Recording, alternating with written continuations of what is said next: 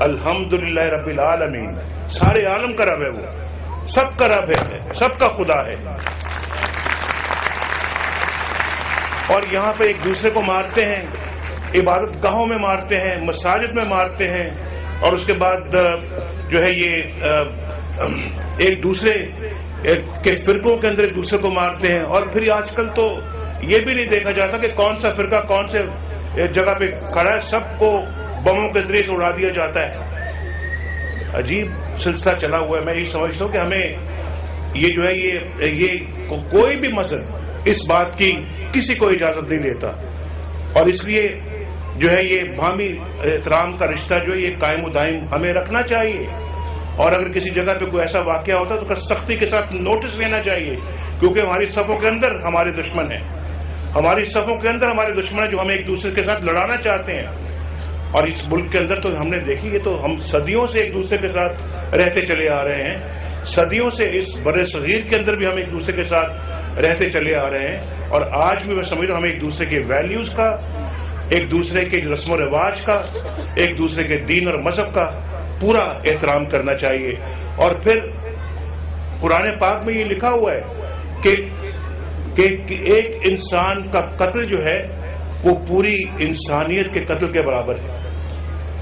اس میں یہ نہیں کہ ایک مسلمان کا قتل, ایک انسان کا قتل. انسان عیسائی بھی ہے, انسان جو ہے وہ سکھ بھی ہے, انسان ہندو بھی ہے, انسان مسلمان بھی ہے. تو اس میں مسلمان کا ذکر نہیں ہے. ایک انسان کا قتل ایسے ہے جیسے پوری انسانیت کو قتل کیا جائے. تو یہ اتنے بڑے درس جو دیے, یہ ہمیں سمجھنے اور اس پہ ماننے کے لیے ہمیں جو ہے وہ اس پہ کوشش کرنی چاہیے. اور ویسے بھی جو ہے وہ آج کا جو یہ فنکشن جو ہے, جو آج کی تقریب ہے, اور جو کچھ میں نے یہاں پہ دیکھا ہے, میں اس کے آرگنائزرز کو دل کی گہرائیوں سے میں خراج تحسین پیش کرتا ہوں کہ اتنا ویل آرگنائزڈ, اتنا خوبصورت جو ہے فنکشن, اور اس قدر یہ ڈسپلنڈ قسم کا جو کراؤڈ یہاں پہ بیٹھا ہوا ہے, یہ بہت کم دیکھنے میں آتا ہے آج کل کے دور میں. تو میں آپ سب کو بیٹھنے, آپ جو سب بیٹھے ہوئے ہیں میرے سامنے, میں آپ سب کو بھی اس کی مبارکباد پیش کرتا ہوں, اور آپ کو بھی خراج تحسین پیش کرتا ہوں. تو مجھے جو ہے وہ بہت زیادہ لمبی تقریر نہیں کرنی, بس میں اپنی خوشی کا اظہار کرنا چاہتا تھا یہاں آ کر, اور آپ سب کو مبارکباد پیش کرنا چاہتا تھا.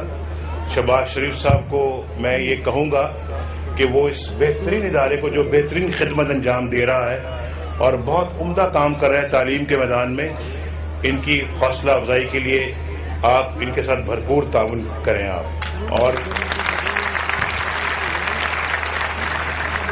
بھرپور تعاون کرنا چاہیے, بھرپور مالی تعاون کرنا چاہیے, اور اس طرح کے نوبل ورک کو اپریشیٹ کرتے ہوئے اس کو آگے بڑھانے میں حکومت پنجاب بھی اپنا بھرپور کردار ادا کرے.